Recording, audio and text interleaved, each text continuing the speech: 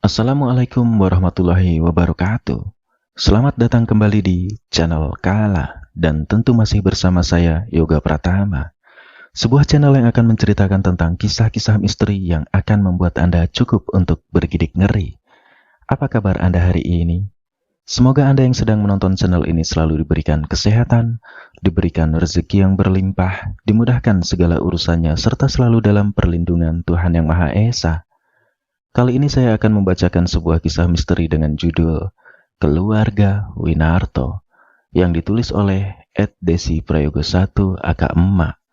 Tak lupa juga saya mengucapkan terima kasih untuk beliau yang telah mengizinkan saya untuk membawakan kisah ini. Anda juga bisa mengunjungi tweet beliau yang sudah saya sertakan linknya di kolom deskripsi ya sobat. Baiklah, tanpa berlama-lama lagi, mari kita langsung saja menuju ke kisahnya.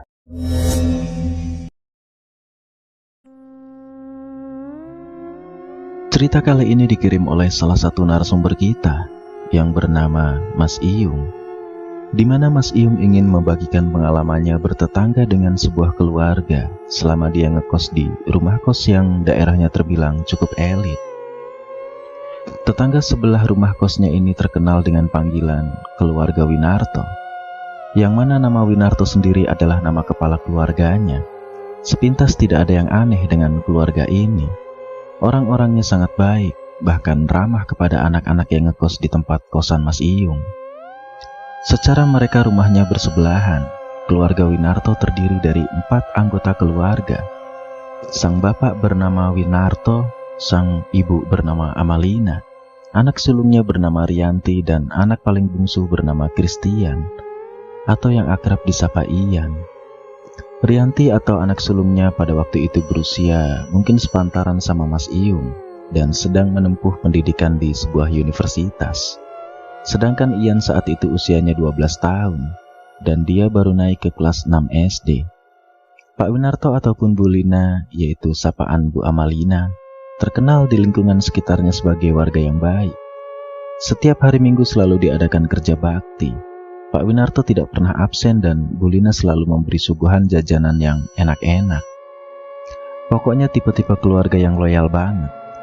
Meskipun mereka dari kalangan berada, kalau kata Bu Yayu, yaitu pemilik kosan tempat Mas Iyung, keluarga Pak Winarto ini termasuk warga baru di sini. Terhitung belum ada 2 tahun sebelum Mas Iyung ngekos di tempat ini. Dulunya rumah yang ditempati Pak Winarto ini adalah tanah lapang milik Pak Denis, yang tak lain adalah adik Bu Yayu. Tanah itu adalah tanah warisan, sedangkan bagian Bu Yayu sudah dibangun kosan, tapi tanah milik Pak Denis dibiarkan terbengkalai. Awalnya mau dibangun rumah huni, tapi istri Pak Denis tidak setuju karena tanahnya itu terletak di tusuk sate. Buat kalian yang belum tahu apa itu istilah tusuk sate, saya akan sedikit menjelaskan untuk memperluas pemahaman kalian. Rumah tusuk sate adalah rumah yang posisinya berada tepat di tengah jalur pertigaan sebuah jalanan. Karena posisi inilah, posisi rumah tusuk sate terlihat seperti memotong salah satu jalur pertigaan, sehingga sekilas seperti jalan buntu. Konon katanya bagi mereka-mereka yang percaya dengan hal mistis, rumah tusuk sate masuk dalam jajaran rumah yang dihindari banyak orang. Karena rumah tersebut dipercaya memiliki aura yang kurang baik, entah dalam segi ekonomi, kenyamanan penghuninya, ataupun menjadi sebuah hunian yang banyak sekali penunggunya.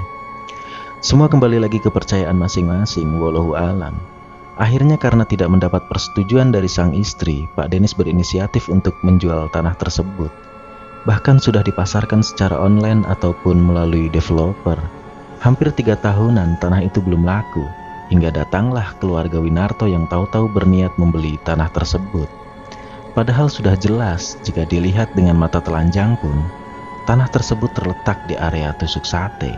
Jarang ada orang yang mau beli tanah tusuk sate tersebut.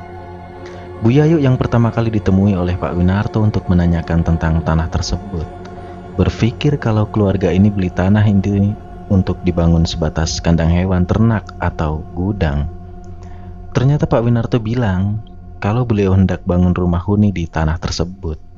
Bu Yayu mencoba meyakinkan berkali-kali, tapi Pak Winarto tetap kekeh. Jadi ya udahlah, itu hak Pak Winarto mau beli untuk apaan, dan Bu Yayu mulai menghubungi Pak Denis untuk memberitahu. Singkat cerita, setelah deal, Pak Winarto mulai membangun rumah di tanah itu, dan tak lama kemudian rumah tersebut pun jadi. Semua surat-surat pun sudah beres. Mulai tuh keluarga Winarto resmi menempati rumah tersebut. Biasanya nih ya, kalau ada orang yang menempati sebuah rumah baru, pasti diadakan syukuran atau doa-doa tertentu untuk yang beragama non-muslim. Tapi keluarga Winarto sama sekali tidak ada hajatan seperti itu. Ya, cuma sebatas kasih warga sekitar kue dan nasi bungkus ditaruh di dalam box, udah gitu aja. Warga juga enggan cari tahu karena di lingkungan ini orang-orangnya lebih ke individual juga sih. Barulah di pertengahan tahun 2010, Mas Iyung mulai ngekos di rumah Bu Yayu. Kosan Bu Yayu sendiri adalah kosan khusus cowok dengan 5 kamar. Semua kamarnya terletak di lantai 2, sedangkan di lantai 1 ditempati oleh Bu Yayu dan sang suami, juga anak sematawayangnya yang bernama Bagus. Mas Iyung sendiri terpaksa pindah ke kota itu dan ngekos di rumah Bu Yayu karena dia dipindahkan ke kantor cabang yang letaknya tak jauh dari rumah Bu Yayu. Perumahan ini ada 2 akses pintu masuk. Akses pertama itu ada di gang yang depan lurusan rumah Pak Winarto, sedangkan akses kedua itu kalau dari Pak Winarto berarti sebelah kirinya. Bu Lina dan Rianti sering banget kasih jajan ke anak-anak kos di tempat Mas Iyung. Bahkan Mas Iyung pernah ketiban makanan saat dia tidak memiliki uang untuk beli di warung. Seakan-akan momennya itu selalu pas gitu. Rianti sendiri juga bisa dibilang anak yang periang dan suka sekali mengumbar senyum ke Mas Iyung ataupun orang-orang di sekitar sana. Udah cantik, baik, pinter, dan sekolah di universitas bergengsi pula. Cowok mana yang gak mau sama dia, Mak? Celetuk Mas Iyung saat kita telepon. Lah, suatu hari dan bertepatan dengan liburan semester, keluarga Pak Winarto nampak berpamitan kepada warga sekitar. Katanya ingin pergi ke desa ibunya Bu Lina. Soalnya, ibunya Bu Lina sedang sakit dan perlu perawatan khusus. Warga juga nggak memperhatikan secara seksama apa semuanya ikut pergi. Tapi warga berpikir di rumah Pak Winarto ini kan nggak ada pembantu. Meskipun rumahnya hedon, tapi apa-apa selalu diurus sendiri sama Pak Winarto ataupun Bu Lina. Kadang Rianti dan Ian juga terlihat bantu-bantu bersihin halaman rumah mereka. Jadi warga mikir nggak mungkin kalau anak-anaknya ditinggal, pasti diajak semua. Secara kalau ditinggal mereka yang jaga itu siapa? Kalaupun ditinggal dan Rianti sudah besar, mungkin bisa aja dia yang jaga adiknya. Tapi Rianti sendiri tipe anak-anak yang nggak pernah kerja berat. Soalnya kulitnya itu mulus banget dan seperti orang-orang yang rutin perawatan. Pernah juga Mas Iyung melihat Rianti nyapu halaman rumah pakai sarung tangan saat memegang sapu. Artinya, dia tidak mau tangannya tergores kena gagang sapu. Jadi gak mungkin banget Pak Winarto dan Bu Lina meninggalkan anak-anaknya di rumah. Apalagi watak Rianti dan Ian itu bertolak belakang banget. Definisi bukan seperti saudara kandung.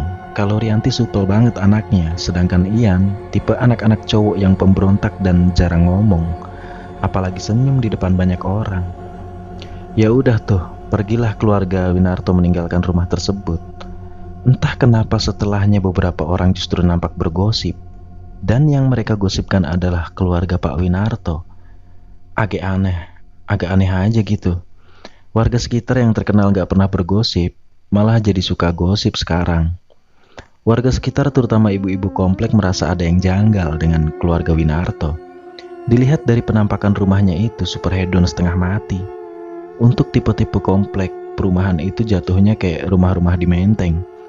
Meskipun ini komplek elit, tapi rumah Pak Winarto paling menonjol. Sebenarnya tidak ada yang salah. Hak-hak dia mau bangun rumah seperti istana Disney atau apalah itu. Yang jadi masalah adalah pekerjaan Pak Winarto. Tidak ada satupun warga yang melihat Pak Winarto bekerja. Justru kalau pagi pekerjaannya itu cuma leha-leha di kursi latar sambil baca koran dan menyeruput kopi, ala-ala bos besar gitu deh.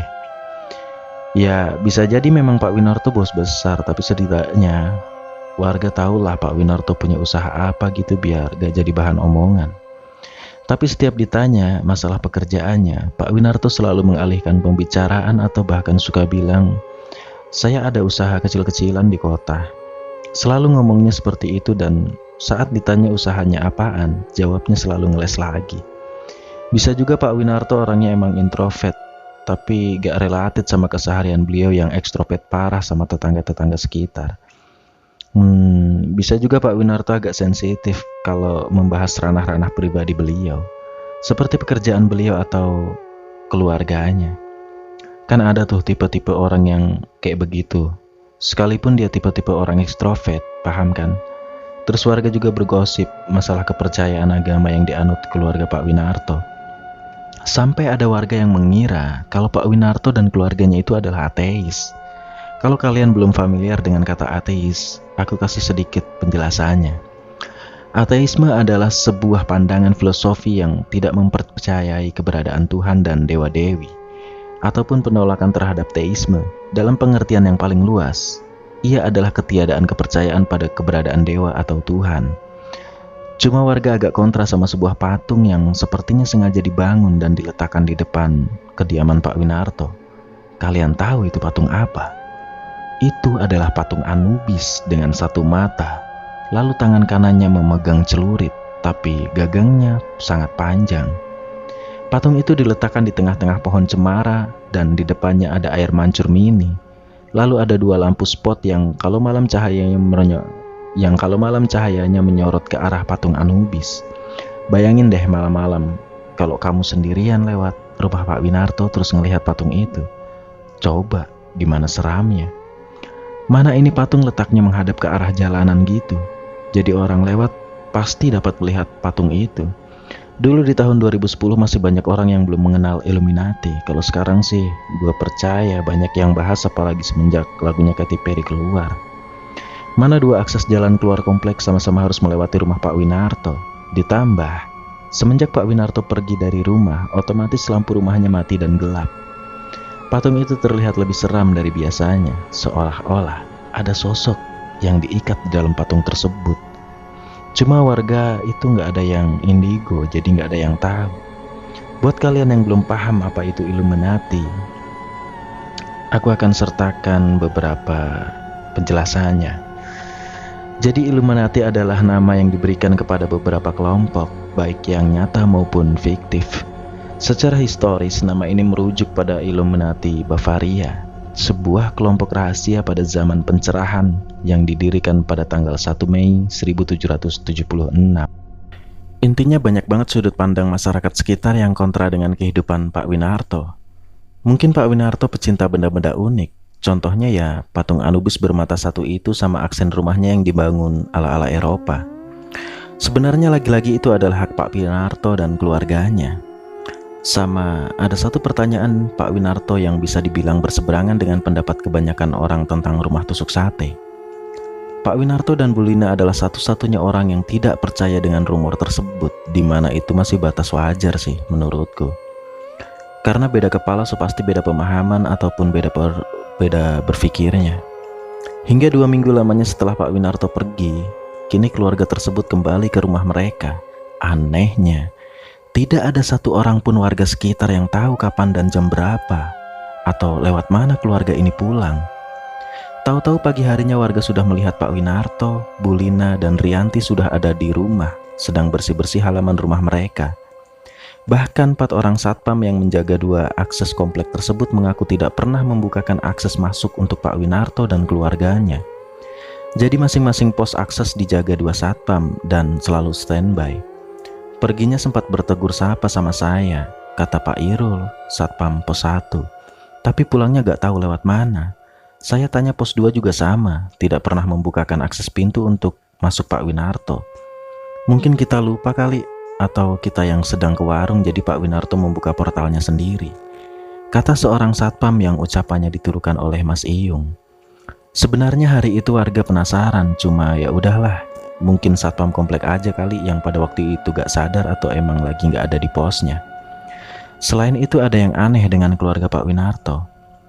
Tahu-tahu berubah jadi dingin dan sinis kalau disapa warga. Beda aja gitu, gak kayak sebiasanya. Kalau disapa wajahnya lempeng dan gak respon apa-apa lalu pergi gitu aja. Melihat itu jelas warga makin heboh. Mana muka-muka mereka yaitu keluarga Pak Winarto terlihat aneh sekali. Pak Winarto, Rianti ataupun Bu Lina, mukanya itu terlihat pucat, seperti orang sakit. Warga yang prihatin juga gak bisa berbuat banyak, soalnya tiap ditanya juga gak ada respon apa-apa dan warga juga bingung mesti berbuat apa. Mau masuk ke rumahnya juga segan, mana ada warga yang pernah pengen masuk ke rumahnya Pak Winarto tapi tiba-tiba dilarang. Alasannya sih Pak Winarto gak suka rumahnya sembarangan dimasukin orang, kecuali tamu-tamu penting atau rekan bisnisnya. Makanya sampai detik ini, gak ada satupun warga yang tahu isi rumah Pak Winarto. Pokoknya masalah rumah dan kehidupan mereka, keluarga Winarto benar-benar tertutup parah. Balik lagi ke cerita. Setelah sepulangnya, keluarga ini tetap melanjutkan aktivitasnya seperti biasa. Cuma sudah jarang bahkan gak pernah lagi ikut kerja bakti. Bukan hanya itu, si bungsu Ian juga nggak nampak keluar rumah ataupun pergi ke sekolah. Waktu itu musim liburan sekolah udah lewat dan waktunya masuk sekolah. Setiap harinya Ian akan berangkat sekolah bareng Wawan dan Firna, yang tak lain anak tetangga sekitar dan kebetulan teman sekolah Ian, bahkan mereka satu kelas. Biasanya sebelum Wawan dan Firna jemput, ia selalu sudah ada di depan pagar rumahnya. Tapi waktu itu Ian gak ada dan Wawan coba manggil-manggil nama Ian dari luar pagar. Yang keluar adalah Bu Lina. Dengan wajah lempeng dan pucat itu Bu Lina bilang, "Kalian berangkat saja ke sekolah, Ian mulai hari ini sudah pindah sekolah." Yang namanya anak SD dibilangin gitu ya nurut-nurut aja, dan berlalu ke sekolah tanpa Ian. Sedangkan Bu Lina kembali masuk ke rumahnya. Pada akhirnya, omongan Bu Lina diceritakan ke teman-teman Ian yang lain, dan mereka khawatir sama keadaan Ian, juga sampai menyebar ke telinga ibu-ibu sekitar komplek. Mendengar gosip tersebut, jelas semua warga bertanya, kenapa keluarga Winarto menjadi aneh. Ada salah satu ibu-ibu yang nyeletuk kalau penampakan atau wujud keluarga Winarto malah lebih mirip kayak mayat hidup. Udah pucat, tidak berekspresi, dan jutek gak kayak biasanya. Benar-benar aneh banget. Suatu malam saat Mas Iyung kedapatan lembur dan baru pulang, jam 8 malam, dia melewati depan rumah Pak Winarto. Which is Mas Iyung lewat akses pos kedua. Rumah Pak Winarto ini kan lebar ya, jadi Mas Iyung merasa kayak berat aja gitu langkahnya buat lewat depan rumah Pak Winarto. Mau lewat pos 1 juga udah tutup, makanya dia muter ke pos 2 dengan berat hati. Sambil baca-baca doa, Mas Iyung memberanikan diri berjalan dengan setengah berlari agar cepat berlalu dari rumah Pak Winarto. Cuma langkahnya tiba-tiba terhenti ketika melihat Ian duduk di depan patung Anubis itu sambil menggaruk tanah. Posisi Ian waktu itu tidak memakai baju atasan sama sekali, padahal itu adalah malam hari, sedang dingin-dinginnya pula. Mas Iyung yang awalnya lewat di jalanan seberang akhirnya melipir ke dekat gerbang rumah Pak Winarto untuk menghampiri Ian. Dari balik pagar, Mas Iyung coba ajak Ian berbicara dan memberitahu kalau banyak orang yang khawatir sama dia. Belum selesai Mas Iyung ngomong, tahu-tahu Rianti yang gak ngerti datangnya lewat mana, tiba-tiba sudah ada di hadapan Mas Iyung sambil berkata, "Sudah, kamu pergi sana, jangan ikut campur keluarga kami." Melihat ekspresi wajah Rianti yang seperti itu membuat bulu kuduk Mas Iyung merinding. Akhirnya Mas Iyung mengurungkan niatnya untuk bertanya ke Ian lebih jauh dan berlari masuk ke dalam kosnya tanpa tahu kelanjutannya seperti apa. Pas masuk di dalam kos ternyata ada Bu Yayu yang membukakan pintu kos. Bu Yayu yang melihat Mas Iyung datang sambil ngos-ngosan, maka Bu Yayu bertanya, "Lu apa dah ngos-ngosan begitu? Kayak habis dikejar setan aja." Sambil setengah bercanda. Tatapan Mas Iyung yang serius tiba-tiba membuat ekspresi Bu Yayu berubah dan buru-buru menyuruh Mas Iyung masuk ke dalam rumah. Barulah ketika di dalam rumah Mas Iyung menceritakan semuanya kepada Bu Yayu. Bu Yayu pun sama. Beliau juga tak kalah merinding disco mendengar pernyataan Mas Iyung dan malam itu berlalu begitu saja. Keesokan harinya pada saat sarapan, jadi di kos ini setiap pagi selalu disediakan sarapan sama Bu Yayu ala kadarnya. Mas Iyung mendengarkan Bu Yayu bercerita, di mana Bu Yayu menceritakan ulang apa yang disampaikan sama Bu Novi. Bu Novi sendiri adalah warga sekitar yang bersaksi melihat keluarga Pak Winarto berkelakuan aneh di tengah malam. Bu Novi selalu memiliki kebiasaan terbangun di tengah malam untuk sholat tahajud. Biasanya beliau bangun sekitar jam 12 sampai jam 1 dini hari. Pada hari itu Bu Novi terbangun pas di jam setengah 1 dini hari dan langsung memutuskan untuk sholat tahajud. Setelah wudhu, Bu Novi langsung menunaikan sholat tahajud di ruang tengah rumahnya. Selesai salam, Bu Novi samar-samar mendengar suara seorang anak laki-laki yang menurut beliau tidak asing saat mendengar suara itu. Kalian masih ingat dengan Wawan, teman sekolah Ian itu? Malam itu Bu Novi mendengar suara Wawan memohon ampun berkali-kali sambil menangis. Bu Novi sambil pikir, Wawan sedang dimarahi sama Bu Sandra yang tak lain ibu kandungnya Wawan. Tapi kok aneh, masa ada orang tua yang marahin anaknya di jalanan tengah malam begini? Bu Novi sempat berpikir apa karena Wawan main game sampai kelewat batas. Sepertinya tidak, karena Wawan bukan tipe anak yang seperti itu. Bahkan Bu Sandra selalu memberikan jam khusus untuk Wawan diberi izin main game. Terlebih besok paginya Wawan masih harus sekolah, jadi itu nggak mungkin banget kalau Bu Sandra membiarkan Wawan nge-game sampai larut malam. Pasti gamenya udah keburu disembunyiin. Berhubung rasa penasaran Bu Novi tinggi, ditambah suara tangisan Wawan malam itu benar-benar menyayat hati. Akhirnya Bu Novi memutuskan untuk beranjak ke arah ruang tamu dan mengintip dari balik tirai jendela rumahnya. Bu Novi terkejut ketika melihat 4 orang berpakaian aneh berdiri di depan rumah Wawan. Rumah Bu Novi ini letaknya berhadap-hadapan sama rumah Bu Sandra. Jadi Bu Novi bisa melihat jelas ke 4 orang berpakaian aneh ini. Semuanya sama-sama memakai semacam jubah, tapi warnanya berbeda. 3 orang memakai jubah berwarna hitam dan 1 orang berwarna merah darah. Cuma ada yang aneh dengan orang yang memakai jubah berwarna merah darah, karena perawakannya justru mirip seperti anak-anak seusia Wawan. Bisa dibilang kemungkinan sosok yang berada di balik jubah berwarna merah itu masih anak-anak yang usianya tak jauh dari Wawan. Terus Bu Novi yang juga melihat Wawan yang berjalan sambil setengah diseret oleh 2 orang yang memakai jubah hitam. Mereka nampak berjalan menjauh dari rumah Wawan, dan pagar rumah Wawan dibiarkan terbuka lebar begitu saja. Poin yang membuat Bu Novi terkejut bukan itu, melainkan Bu Novi melihat dengan mata kepalanya sendiri dan sangat jelas kalau 2 orang berjubah hitam yang memegangi tubuh Wawan itu adalah Bu Lina dan Rianti. Pertanyaannya, apakah sosok jubah hitam satunya lagi adalah Pak Winarto? Dan di balik jubah merah itu adalah Ian? Entahlah. Bu Novi tidak dapat memastikan karena yang terlihat jelas hanyalah wajah Bu Lina dan Rianti. Bu Novi berinisiatif menghubungi Bu Sandra melalui telepon rumah dan ternyata diangkat sama Bu Sandra. Lalu Bu Novi meminta Bu Sandra untuk mengecek ke kamar Wawan, apakah Wawan masih ada di dalam kamarnya atau tidak. Ternyata begitu dicek, Bu Sandra bilang kalau Wawan sedang tertidur pulas di kamarnya. Mendengar itu jelas kagetlah Bu Novi. Soalnya beliau melihat Wawan berjalan keluar rumah bersama rombongan berjubah tadi. Kenyataannya, Wawan masih tidur di kamarnya. Terus yang beliau lihat itu siapa? Berhubung Bu Novi merasa sungkan karena sudah mengganggu waktu tidur Bu Sandra, akhirnya Bu Novi memilih mengakhiri telepon malam itu dan kembali tidur di samping suaminya. Malam itu beliau mencoba menghapus ingatan tentang apa yang tadi beliau lihat. Hanya saja, rasanya seperti susah sekali dilupakan. Soalnya, seperti terlalu nyata. Tapi lama-kelamaan beliau tertidur juga dan pada saat beliau bangun, sang suami memberitahu kalau anak Bu Sandra yang tak lain adalah Wawan telah dinyatakan meninggal dunia di kamarnya dengan posisi tubuhnya yang kaku pucat membiru. Seolah semua darah dalam tubuhnya sudah diserap habis. Wujudnya persis seperti tengkorak yang dilapisi kulit. Rasanya seperti mimpi. Padahal belum lama Bu Sandra menyaksikan Wawan sedang tertidur di kamarnya. Gak taunya, jarak beberapa jam kemudian Wawan sudah meninggal dunia dengan cara yang bisa dibilang aneh. Wawan ini anak yang sehat dan sama sekali tidak memiliki keluhan penyakit apapun, tapi meninggal dengan kondisi seperti anak yang kekurangan gizi. Bukankah itu aneh sekali?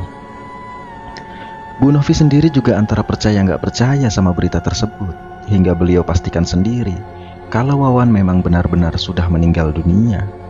Akankah yang dilihat Bu Novi semalam adalah sebuah pertanda?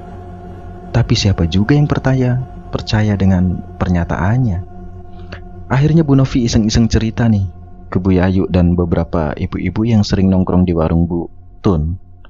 Warung Butun adalah satu-satunya warung yang ada di tengah perumahan tersebut dan menjual aneka bumbu-bumbu dapur dan jajanan. Biasanya kalau pagi dan sore jadi tongkrongan ibu-ibu sekitar. Sekali mendengar saja, para ibu-ibu jadi percaya dan mulai antusias. Ditambah, keluarga Winarto tak kunjung melayat ke rumah Bu Sandra. Padahal biasanya keluarga itu kalau ada keluarga-keluarga lain yang sedang berduka, pasti keluarga Pak Winarto menjadi orang pertama yang hadir membantu. Hari itu keluarga Winarto bersikap sedikit berbeda dari biasanya dan menimbulkan kecurigaan untuk sebagian orang. Yang paling disayangkan, kematian Wawan tidak diproses secara hukum dan dianggap memang sudah waktunya saja. Jelas-jelas ada yang janggal, terutama ada bekas gigitan di pergelangan tangan kiri Wawan yang letaknya di daerah nadi. Konyolnya, hal tersebut dianggap suatu kewajaran tentang kenakalan seorang anak. Mungkin Wawan habis main apa sampai tangannya itu terluka. Meski itu sudah jelas seperti bentuk gigitan, akhirnya jenazah Wawan pun dimakamkan hari itu juga.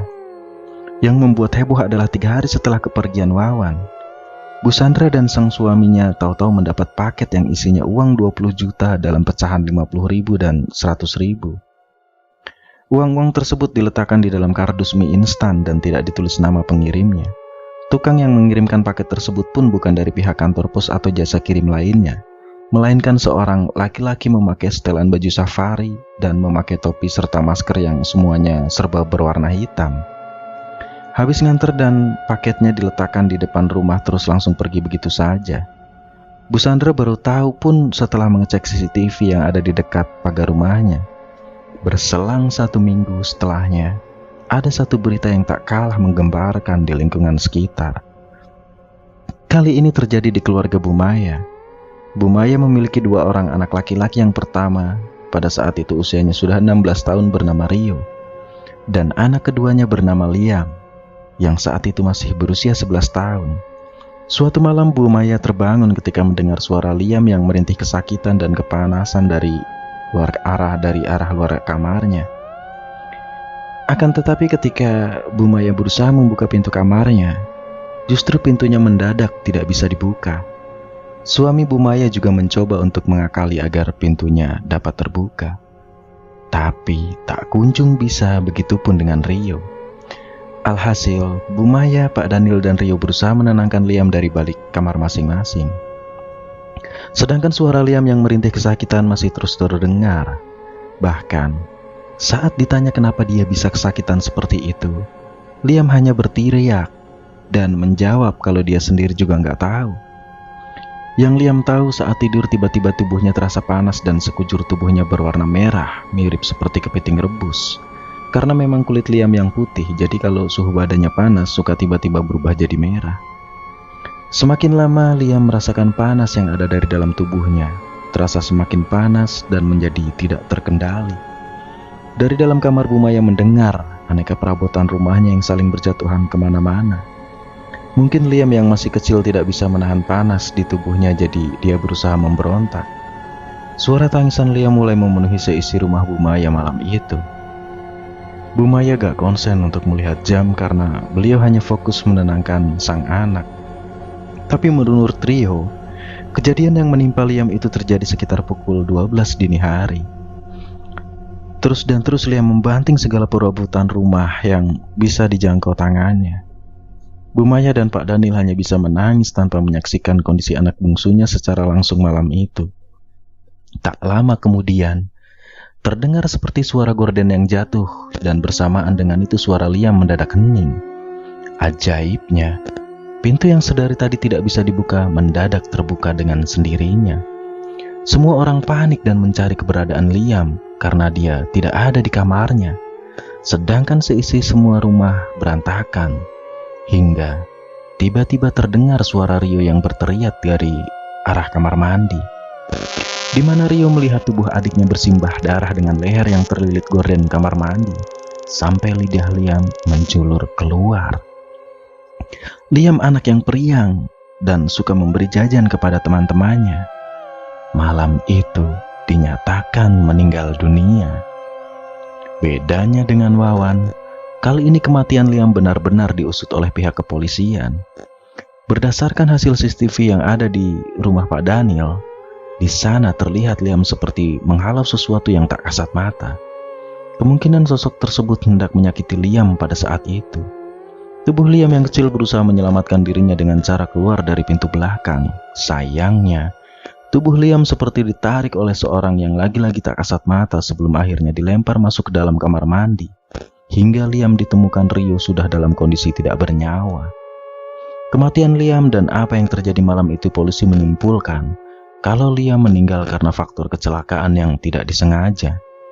Karena tidak ada indikasi seseorang yang berniat ingin membunuh Liam ataupun perampok yang menyatroni rumah Pak Daniel. Polisi juga tidak menjelaskan secara gamblang mengenai isi yang ada di dalam rekaman CCTV rumah Bu Maya. Padahal masih banyak misteri yang tersimpan di balik kematian Liam. Atau memang rumah kediaman Pak Daniel yang berhantu? Wallahu alam. Liam pun dimakamkan setelah melewati serangkaian proses pemakaman sesuai dengan kepercayaan yang dianut keluarganya, dan kasusnya pun ditutup. Sama seperti Wawan, 3 hari setelahnya kediaman Bu Maya kedatangan sebuah paket yang berisi uang dengan jumlah yang sama. Sama seperti saat Bu Sandra menerima paket tersebut. Lagi dan lagi, Pak Winarto beserta keluarganya tidak nampak hadir di tengah-tengah proses pemakaman Liam. Jelas kepergian Liam selain meninggalkan duka bagi keluarga, juga menyisakan tanda tanya bagi masyarakat sekitar. Siapa sosok di balik kematian Liam malam itu? Setelah kematian Wawan dan Liam, setidaknya masih ada 4 orang anak laki-laki yang meninggal tak lama setelah kepergian mereka. Semua anak-anak itu meninggal dengan cara tragis dan seperti memiliki tanda gigitan yang sama. Hanya dalam kurun waktu 1 bulan, ke-6 anak malang ini harus merenggut nyawanya.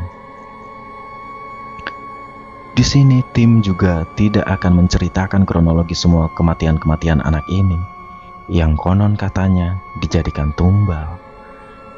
Tim hanya mengurutkan nama-nama ke-6 anak laki-laki yang tewas selain Wawan dan Liam. Yang pertama adalah Wawan, kedua adalah Liam, ketiga Anjas, keempat Wildan, kelima Hendra, dan keenam Akmal. Untuk Anjas, Wildan, dan Hendra kita skip, akan tetapi untuk Akmal, mari kita bahas. Sebelum masuk ke cerita Akmal, aku sepertinya melupakan sesuatu. Setiap keluarga yang anak-anaknya meninggal dunia pasti akan mendapatkan paket yang berisi uang 20 juta. Paket itu selalu diantar oleh seorang pria misterius yang sampai detik ini belum berhasil terungkap identitasnya. Kenapa aku memilih membahas Akmal? Karena cerita Akmal ini paling tragis dari yang lainnya. Akmal adalah seorang anak remaja berusia 13 tahun yang hidup di jalanan bersama kakeknya.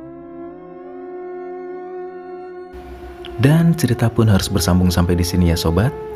Nantikan kisah selanjutnya pada part berikutnya.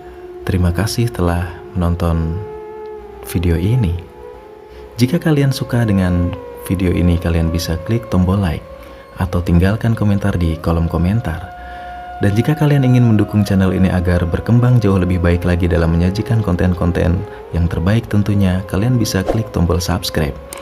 Akhir kata, wassalamualaikum warahmatullahi wabarakatuh. Sampai jumpa kembali di kisah selanjutnya.